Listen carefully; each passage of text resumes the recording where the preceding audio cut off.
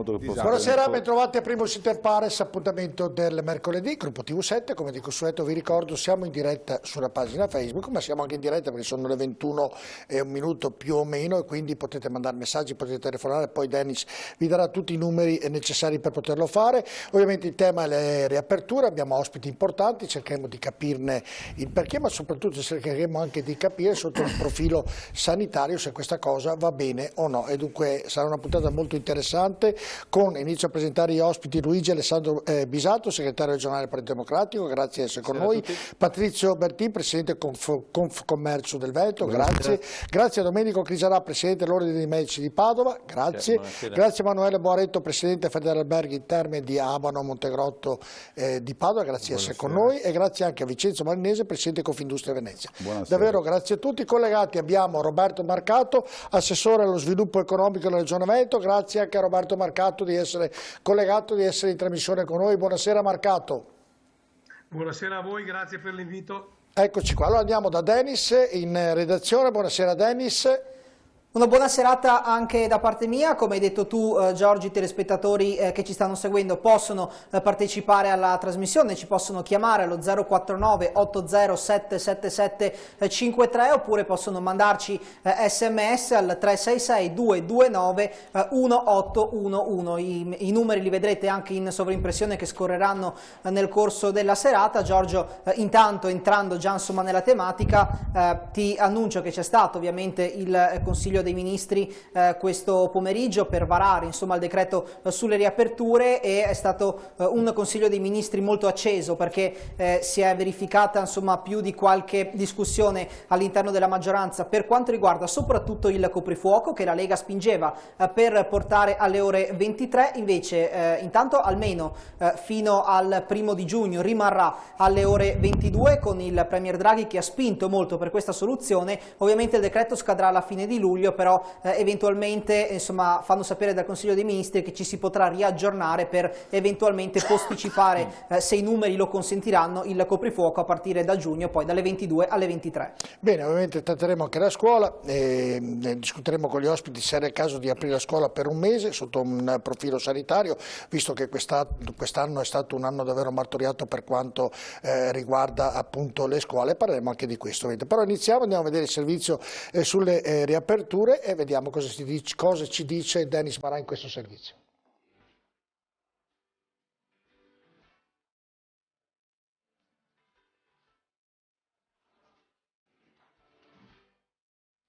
La strada è tracciata, l'Italia riapre e spera di ripartire una volta per tutte. Il calo dei contagi, l'aumento del numero dei vaccinati, le pressioni delle categorie economiche hanno spinto il governo a prendere quello che il Presidente del Consiglio Draghi ha definito un rischio calcolato. Si partirà il 26 aprile, quando torneranno le zone gialle, nelle quali bar e ristoranti riapriranno anche alla sera, ma solo all'aperto. Sempre la prossima settimana via libera alle attività sportive all'aperto. Quanto agli spostamenti, saranno liberi tra regioni gialle, mentre tra regioni di colore diverso servirà il cosiddetto certificato verde, ossia un documento che attesti la vaccinazione, la guarigione dal Covid-19 oppure un tampone negativo effettuato nelle ore precedenti. Dal 26 aprile, oltre ai musei, riapriranno anche cinema, teatri e sale da concerto, sia all'aperto che al chiuso, ma con regole precise sulla capienza. Dal 1° maggio invece si potrà andare a trovare amici e parenti una volta al giorno all'interno del confine regionale, nelle zone gialle, e comunale nelle zone arancioni, non più in 2 ma in 4 persone, oltre ai minorenni. Dal 15 maggio invece, anche nei giorni festivi e prefestivi, riapriranno i negozi non di prima necessità nei centri commerciali, stesso giorno in cui riapriranno le piscine all'aperto, mentre per le palestre bisognerà attendere il 1° giugno. E giugno sarà anche il mese in cui riapriranno stadi e palazzetti, ma solo alla capienza massima del 25% e comunque non oltre i 1000 spettatori all'aperto e i 500 al chiuso. 1° giugno anche per i ristoranti al chiuso, ma solo fino alle ore 18. Ultimi a riaprire saranno invece i centri termali, parchi a tema, che ripartiranno dal 1° di luglio. Nella gran parte dei casi queste concessioni riguarderanno solo le zone gialle, ma la speranza è che da qui in poi la gran parte del paese possa gradualmente tornare nella fascia con minori restrizioni. L'Italia insomma si rimette in marcia e la speranza è che questa volta sì lo faccia in maniera definitiva.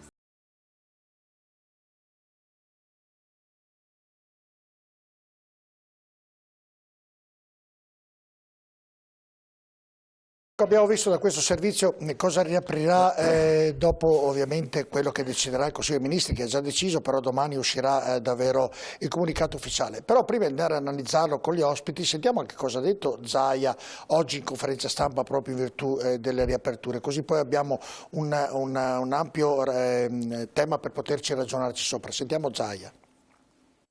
È difficile spiegare che una partita di calcio tra Scapoli e Mogliati si può fare dal 26 e in palestra si apre l'1 di giugno. È difficile spiegare che tu fai aprire i ristoranti solo all'aperto in un contesto nel quale è impossibile mangiare fuori. Non c'è nessuno che ha il coraggio di dire che qua fa freddo. È difficile pensare che dal 1° giugno si possano aprire i ristoranti la sera in zona gialla fino alle 18, dalle 5 del mattino alle 18. Uno dice, ma scusa, spiegami la ratio epidemiologica. Cosa vuol dire? Premesso che hai fissato il coprifuoco alle 22, mi vuoi spiegare perché neanche fino alle 22? Cioè il virus diventa più letale di notte? No. Perché sennò non ci preoccuperemo delle scuole. No? Quindi ho l'impressione che questa modalità debba assolutamente valutare seriamente il rischio, perché comunque ogni volta che si apre qualcosa ci assumiamo un rischio, una quota di rischio. Cioè non è che sia tutto, che questo sia un percorso netto. Di questo io ve l'ho sempre detto. Però è altrettanto vero che ci vuole un equilibrio anche come approccio, no? Perché se io do in mano alla scienza, al Comitato Tecnico Scientifico la decisione, alcune di queste decisioni sembrano incongruenti rispetto ad altre che sono già vigenti. Guardare in faccia la realtà. È iniziata la fase della convivenza con i virus. Alla domanda se da qui all'infinito possiamo pensare di continuare con le restrizioni, tutti noi rispondiamo no. Ecco, allora ho invitato anche Domenico Crisara proprio per iniziare sotto questo profilo, questo ragionamento, dottore. Perché? Perché il Comitato Tecnico Scientifico è stato un po' restio in queste riaperture, è stata una scelta politica. Ovviamente il Comitato Tecnico Scientifico ha detto no, per noi non si dovrebbe aprire, tanti immunologi hanno detto chiuderemo, se apriamo adesso chiuderemo nel periodo estivo, insomma succederà ancora un pandemonio per via delle varianti, per via di tante cose che stanno accadendo. Ecco, lei è il presidente dei medici, come vede questa decisione dalla parte politica, tenendo presente che la gente ha anche bisogno di riprendere a vivere normalmente e anche economicamente aprire le proprie attività? Ma guardi, bisogna fare un distinguo tra quelle che sono le esigenze della salute, della sanità e quelle che sono le esigenze dell'economia. Io, contrariamente al Presidente, la spiegazione la saprei dare del perché fino alle 18 e non fino alle 23 o alle 24. Perché c'è il problema che la convivialità, quindi stare intorno a un tavolo, giustamente scherzare, ridere, è un mezzo di contagio enorme. Sì, ma lei cosa farebbe? Lo sappiamo il ragionamento, mi scusi se cerco quindi, il problema è che bisogna conciliare due cose apparentemente inconciliabili, e quindi bisogna fare una scelta. In Sardegna, facciamo un piccolo esempio, si fece la scelta zona bianca, aperti tutti, sono in zona rossa di nuovo. Quello che dicono per cui, fin quando, se noi vogliamo tutelare la salute, prima di tutto, fin quando non ci saranno delle quote di vaccinati importanti, aperture e ritorni a momenti di convivialità, compresa la scuola, secondo me sono azzardati. Perfetto, fermo lì. Roberto Marcato, d'accordo da questa analisi, iniziamo, poi possiamo intervenire tutti, ovviamente cercherò, scusatemi se vi interrompo, per dare la parola a tutti perché l'argomento è sicuramente scottante. Roberto, il ragionamento che il Comitato Tecnico Scientifico dice, se riapriamo c'è il rischio che ovviamente nel periodo estivo si richiuda tutto come è già capitato a Natale, e quindi però bisogna riaprire perché ovviamente la gente ha bisogno di lavorare. È una situazione difficile oggettivamente e obiettivamente per tutti e quindi... No, non sono d'accordo con questa analisi, perché se è vero quello che dice il dottor Cheserà, che la convivialità può essere strumento di contagio, lo è anche alle 12:15 o alle 13:44. È questo che la gente non capisce, cioè tu mi lasci aperto, tu mi dai la possibilità di pranzare assieme ad altri alle 13, ma non alle 20. Cioè qualcuno mi deve spiegare scientificamente dove sta la differenza. Allora si ha l'impressione in realtà che si sia voluta fare un'operazione di maquillage comunicativo, tanto è vero che al nord di fatto da lunedì si dà la possibilità ai ristoranti di pranzare e di cenare fuori, sapendo che di fatto questo è inverosimile, perché oggi c'era una bavetta a Padova che sfido chiunque a poter mangiare un piatto caldo all'aperto con queste temperature, mentre paradossalmente al sud, dove le temperature sono nettamente migliori delle nostre, lì invece da lunedì sarà tutto chiuso, perché fra zona rossa ed arancione tutti i ristoranti e i bar saranno chiusi. Cioè, mi sembra veramente una contraddizione in termini che è poco spiegabile. A questo dobbiamo aggiungere un altro elemento, perché allora, io condanno sempre la violenza, per carità, ci mancherebbe, ma il risentimento che hanno dimostrato i ristoratori in questi giorni è del tutto comprensibile, perché uno dice, vabbè, ci hai chiesto sacrifici da un anno a questa parte, va bene, c'è il Covid, non dipende da nessuno, non dipende dal governo, va bene. Però allora tu, governo, avresti dovuto quantomeno garantire una vaccinazione molto più proficua rispetto a quello che abbiamo avuto fino ad oggi. Cioè, tu chiedi sacrificio agli italiani, chiedi sacrificio ai ristoratori, ma ci deve essere una contropartita. Ma c'è anche lei al governo? C'è anche lei al governo? In Germania, l'altro ieri vedevo un dato, hanno vaccinato 840.000 persone, e noi siamo a 350.000. Marcato, mi scusi se la interrompo, c'è anche lei al governo? No, io ahimè non ci sono. No, lei, parlo per fortuna. la parte politica, infatti, politica che lei rappresenta. Noi ci siamo astenuti perché non siamo d'accordo con questi provvedimenti. Allora, dopodiché, attenzione, non facciamo l'equivoco di pensare che un'alleanza politica sia un atto fideistico nei confronti di un premier. Un'alleanza politica la si fa su obiettivi e strategie che, se uno non le condivide, ha anche il dovere sacrosanto di dirlo e di farlo notare. Cioè, non è che la proposta che fa un premier che tu sostieni è una proposta di emanazione divina come lo era lo statuto albertino. Cioè, ragazzi, adesso siamo di fronte a scelte politiche. In quanto tali, queste scelte sono criticabili e perfettibili.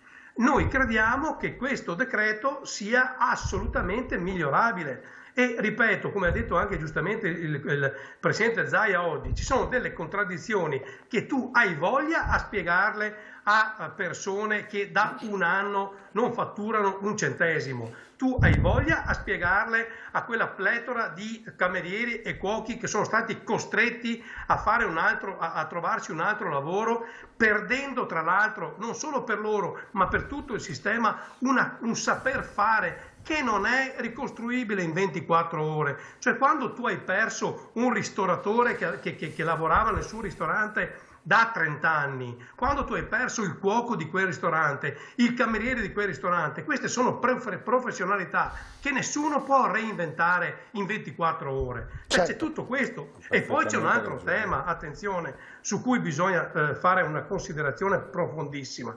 Se noi continuiamo a questo testa a testa fra il territorio e le decisioni governative, c'è il rischio di avere delle tensioni sociali che poi sappiamo quando iniziano e non sappiamo più dove potrebbero finire. Quindi, insomma, c'è anche l'obbligo da parte del governo di declinare queste esigenze, certo, proprio per evitare spaccature verticali del sistema sociale. Fermo lì, Roberto, fermo lì. Bisato, poi tutti gli ospiti di studio su questo primo passaggio, sì, perché ci siamo fermati, abbiamo localizzato il problema solo nei ristoratori, ma ci sono anche altri problemi. Bisato, il problema era, l'avevo iniziato proprio sotto un profilo sanitario, dove il Comitato Tecnico Scientifico ha detto per noi non riapriamo, invece la politica ha deciso, per ovvi motivi di cui è stato molto chiaro anche Roberto Marcato, di riaprire molte attività.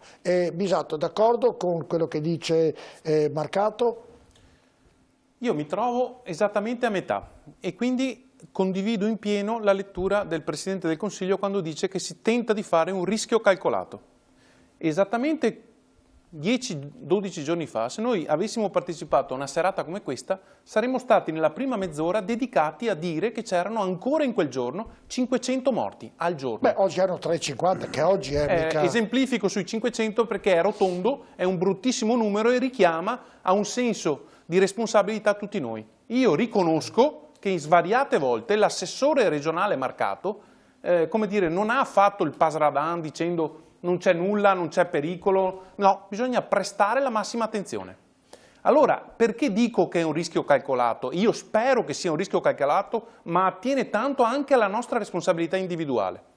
Perché, e provo a esemplificarlo in maniera molto veloce, noi di fatto abbiamo anticipato di una decina di giorni, proprio perché si è visto che dove c'erano le zone gialle, come dire, la curva del contagio stava rapidamente scendendo, ma questo non significa che non ci siano posti in terapia intensiva, che non ci siano posti in subintensiva, che non ci siano ancora contagi che si propagano di giorno in giorno, di ora in ora. Si stanno riducendo, ma il medico, il segretario provinciale della FIMG, dottor Crisarà, ci potrebbe tranquillamente precisare che se noi diamo il senso del liberi tutti, fra 15 giorni siamo di nuovo da principio. E invece cos'è che si sta dicendo? E io vorrei che su questo avessimo tutti il senso di responsabilità. Non è che a mezzogiorno il contagio non gira e alla sera invece gira, perché allora a mezzogiorno li fai mangiare fra 20 giorni e alla sera no. È perché provi ad aprire all'esterno e sappiamo che il dato scientifico dice che all'esterno è molto più difficile che il contagio si propaghi tra persone. Facciamo dei passi significativi, perché guardate che ci sono intere categorie, non solo la ristorazione che ha tutta la mia vicinanza, ci stiamo sperticando in queste ore come amministratori locali nel cercare di dare tutti gli spazi possibili del plateatico perché uno si allarghi, ma c'erano di mezzo palestre chiuse da mesi. Non parliamo di tutto quello che attiene al mondo dell'intrattenimento. Lì si è fatto un passo molto significativo in avanti. Si dice puoi riaprire naturalmente con un contingentamento che sarà sempre, ci sarà nei prossimi mesi, probabilmente ci sarà ancora per un anno. E come faranno, vivere queste attività? Faranno vivere perché c'è il rischio calcolato, io dico, chiudo su un aspetto che non abbiamo toccato nessuno di noi. Abbiamo appena iniziato. Per fortuna, no, ma dico, mi sento di riprecisarlo, per fortuna, magari non alla velocità che ci aspettavamo, ma le vaccinazioni stanno proseguendo. Anche in questa provincia, e conosco bene il tema e lo conosce benissimo il segretario provinciale della FIMG, gli ultra ottantenni sono di fatto tutti vaccinati. I 70-79 anni sono vaccinati al 60%, vuol dire che fra 20 giorni saranno vaccinati anche questi, almeno la prima dose. E poi quando avremo scavallato i 60-70 anni, vuol dire che avremo tolto tutta la platea, la grossa parte della platea, di quelli che ammalandosi rischiano di andare prima in ospedale, poi in terapia intensiva e non ci auguriamo la terza fase, che è quella non di ritorno. Seguendo il suo ragionamento sotto un profilo sanitario condivisibile, e ripeto, il Comitato Tecnico Scientifico ha detto è troppo presto per aprire, e quindi bisognava aprire fra un mese quando è vaccinata la maggior parte della gente. No, io ho detto una cosa diversa, io ho detto rischio calcolato, quello sarebbe stato aspettiamo e riapriamo fra un mese, e invece riapriamo passo passo, naturalmente bisogna dirlo tutti noi, responsabilità individuale assoluta, perché altrimenti ci rimpesteremo, che non sarà facile, che non sarà facile, e però un ritorno graduale e progressivo alla normalità, facciamo un giro perché rapido. Nel frattempo Bertin, vacciniamo. Boaretto e poi Marinese. Bertin. Potete intervenire, Roberto, può intervenire anche lei, perché lo vediamo sempre collegato, quindi può intervenire anche se è in remoto. Prego. Quello che è stato detto, chiaramente siamo tutti responsabili e conosciamo bene questo virus e quante vittime ha fatto. Però siamo anche coscienti e responsabili della situazione economica che noi stiamo vivendo nelle nostre imprese. E allora vi dico che siamo in mano all'usura. Siamo su una condizione che ristori, sussidi, tutto non arrivano. Siamo da 14 mesi chiusi. Siamo su una condizione disperata, ok? E siamo vittime anche della pandemia. Quindi qualcuno mi traccia un'uscita da questa situazione e mi spiega perché nel cinema tra poco potrai andare al 50% e al ristorante alla sera non potrai andare. Come facciamo a spiegare ai nostri associati che in questa condizione possono tirare avanti e andare a vivere, anche sentendo quello che dice Bisato, che continuerà per un altro anno forse questa condivisione col virus e quindi la situazione di difficoltà che avremo? Cioè, diventa estremamente difficile e dopo c'è pure lo scontro sociale tra i garantiti e i non garantiti. Allora, in queste condizioni questo Paese non può procedere. Chiaramente bisognerà trovare una soluzione. Mi devi chiudere per un altro mese e parliamo che siamo 15 mesi chiuso. Bene, dammi i ristori. Forse io penso che pensare male qualcuno a volte si azzecca, che perché non ci sono i ristori, ok? Dico, guarda, tanto ti ho aperto, cosa vuoi? Chiaro. Non ti do più i soldi. Boaretto, per esempio i ristori sono stati dati, mi sembra qualcuno li ha ricevuti, insomma, più di qualcuno, insomma, non, è chiaro che non è... Va bene, ma se ho 500 milioni di fatturato e mi dai 20.000 euro, cosa mi hai dato? Che ristori mi hai dato? No, è chiaro che non è essere aperto tutta un'altra cosa, però qui la soluzione è che è difficile per tutti, questo è voglio difficile dirvi, per tutti. Boaretto, poi Marinese, poi ritorniamo ovviamente da Marcato e anche Crisara, lei può intervenire ovviamente perché è un problema economico questa sera, volevamo sentire anche sotto un profilo sanitario. Boaretto, chiedo a tutti rapidità perché altrimenti... Innanzitutto noi abbiamo come cittadini il dovere di comprendere, in questa delicata e difficile situazione, di comprendere l'agire anche di un governo. Ma noi come rappresentanti di categoria abbiamo il dovere di dire le difficoltà che noi troviamo. Ed è difficile comprendere come oggi il Consiglio dei Ministri abbia in un certo senso trascurato anche la voce arrivata dalle regioni e dalle province autonome che desideravano sottoporre le vere difficoltà che sui territori si vivono. E infatti abbiamo saputo che è stato un Consiglio dei Ministri piuttosto acceso, perché quanto ha detto il Presidente Zaia, in un certo senso quello che ha detto anche l'assessore Marcato e Patrizio Bertì, a nostro modo di vedere non sono state tenute bene in considerazione, perché il rischio è stato calcolato, ma non è stato calcolato bene.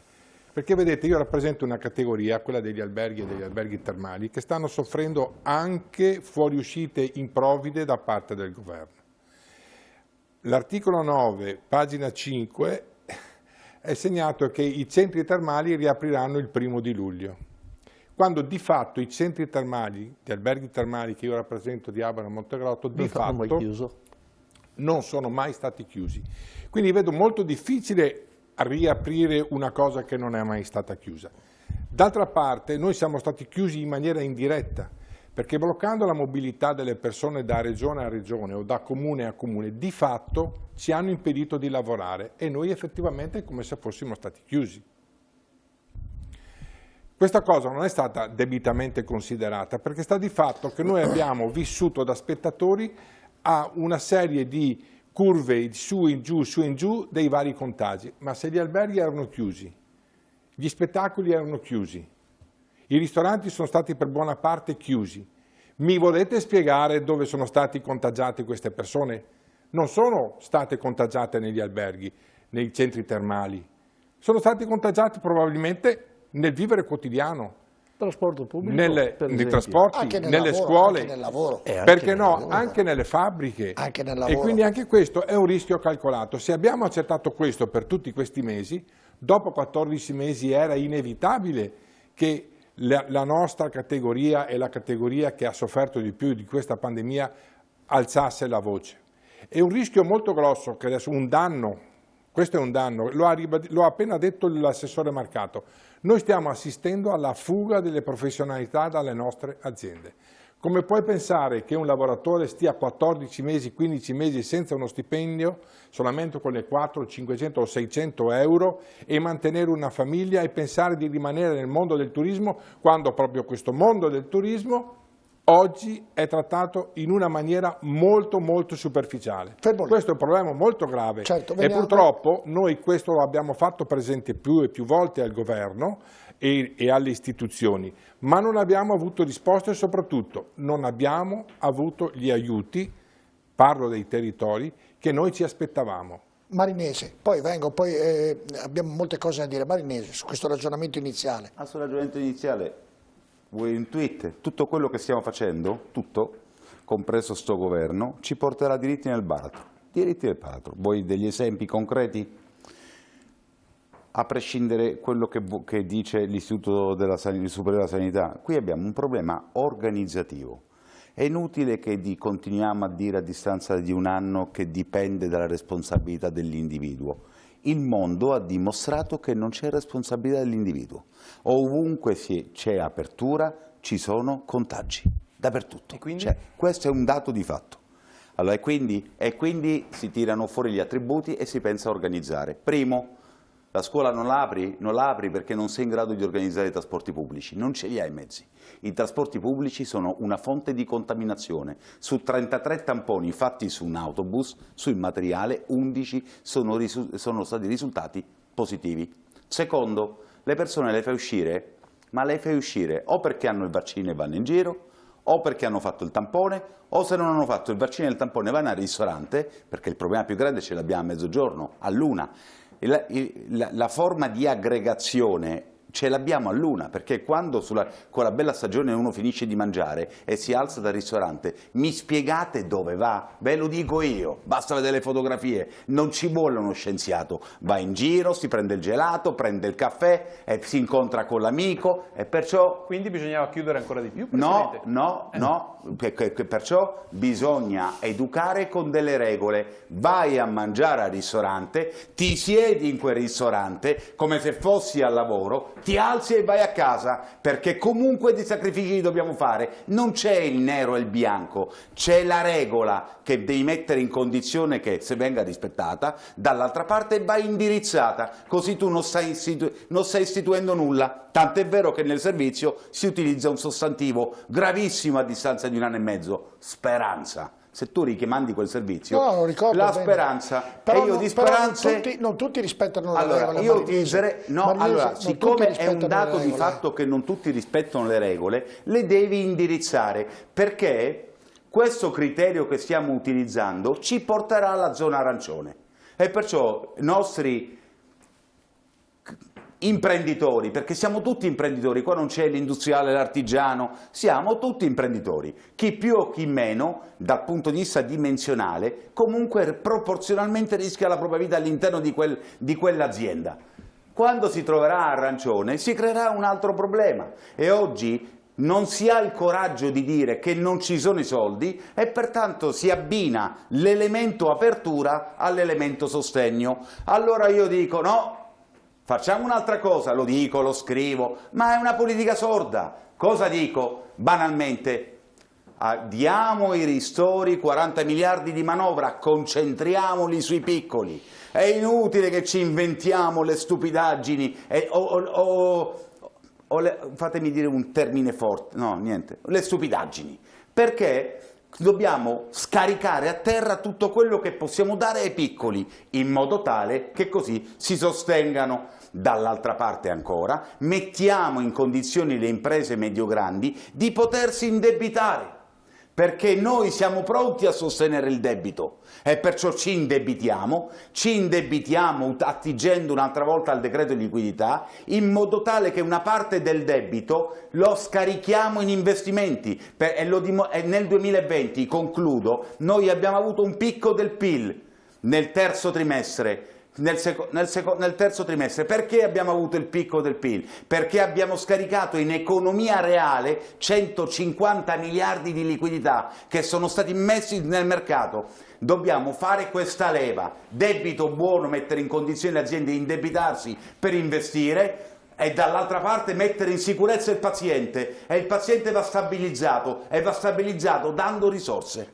Crisana, prima la pubblicità, rapidamente, ovviamente le osservazioni che hanno fatto gli ospiti hanno perfettamente ragione, però sotto un prospetto sanitario, oggi il Cile è un esempio, anche i vaccini ovviamente per via delle varianti potrebbero anche non funzionare, quindi siamo in una situazione, visto questa pandemia che era inaspettata e gravissima come è successa, è difficile anche trovare la soluzione, perché oltre a quello che hanno detto sotto un profilo economico, sotto un prospetto sanitario, proprio leggendo oggi e vedendo negli altri paesi del mondo, anche con i vaccini nascono dei problemi, perché ci sono le varianti giapponesi, le brasiliane, chi più ne ha più ne metta, e quindi come potremmo... Più il virus circola, più aumentano le varianti. E più aumentano le varianti, e quindi rapidamente prima la pubblicità. Allora, perché hanno ragione tutti loro, però... Sì, hanno tutti ragione, però il Presidente ha usato una parola, indirizzare.